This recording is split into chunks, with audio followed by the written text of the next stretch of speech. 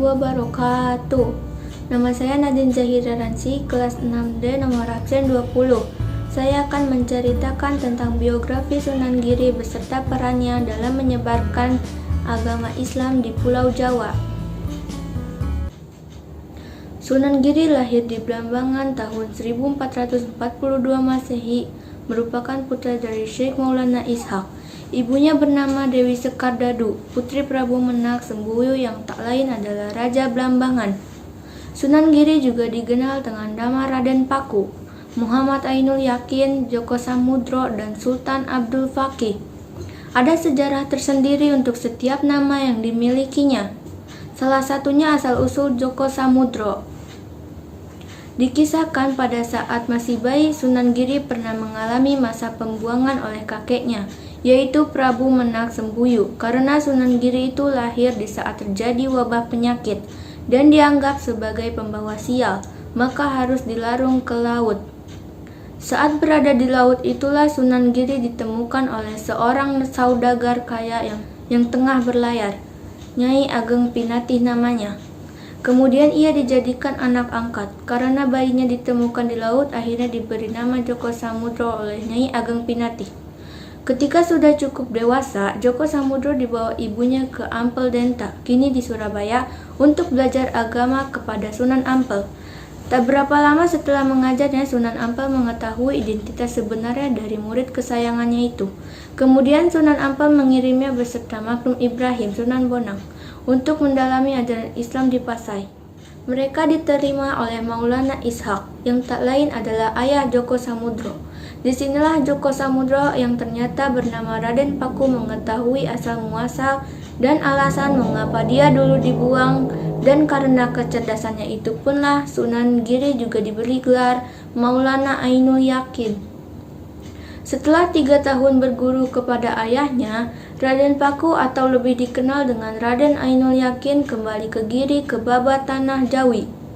Dikisahkan bahwa Raden Paku dan Raden Maknum Ibrahim pernah bermaksud pergi ke Mekah untuk menuntut ilmu sekaligus berhaji. Namun, keduanya hanya sampai di Malaka dan bertemu dengan Maulana Ishaq, ayah kandung Raden Paku. Keduanya diberi pelajaran tentang berbagai macam ilmu keislaman. Kemudian mendirikan sebuah pesantren Giri di sebuah perbukitan di desa Sidomukni, Kebomas. Dalam bahasa Jawa, Giri berarti gunung. Sejak itulah ia dikenal di masyarakat dengan sebutan Sunan Giri. Pesantren Giri kemudian menjadi terkenal sebagai salah satu pusat penyebaran agama Islam di Jawa. Bahkan pengaruhnya sampai ke Madura, Lombok, Kalimantan, Sulawesi, dan Maluku. Pengaruh Giri terus berkembang sampai menjadi kerajaan kecil yang disebut Giri Kedaton, yang menguasai Gresik dan sekitarnya selama beberapa generasi sampai akhirnya ditumbangkan oleh Sultan Agung. Dalam keagamaan, ia dikenal karena pengetahuannya yang luas dalam ilmu fikih. Orang-orang pun menyebutnya sebagai Sultan Abdul Fakih. Ia juga pencipta karya seni yang luar biasa. Permainan anak seperti jalungan, jamulan, lir-ilir, dan cublak suweng disebut sebagai kreasi Sunan Giri. Demikian pula Gendin Asmarada. Beberapa peran Sunan Giri dalam mengembangkan Islam di Indonesia yaitu pemimpin agama dan penguasa wilayah. 2. Mengambil alih fungsi madala atau dukuh menjadi pesantren. 3. Mengembangkan sistem pendidikan terbuka. 4. Memanfaatkan seni pertunjukan sebagai media dakwah. Sikap positif dan teladan dalam pribadi Sunan Giri antara lain: 1. Santri cerdas, ulet, dan tekun dalam menimba ilmu. 2. Toleran dan bijak dalam berdakwah. 3.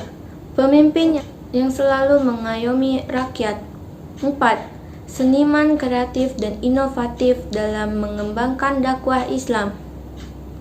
Kini, jejak bangunan pesantren Giri hampir tiada, tapi jejak dakwah Sunan Giri masih membekas. Keteguhannya memurnikan agama Islam juga diikuti para penerusnya. Sunan Giri wafat pada 1506 Masehi dalam usia 63 tahun.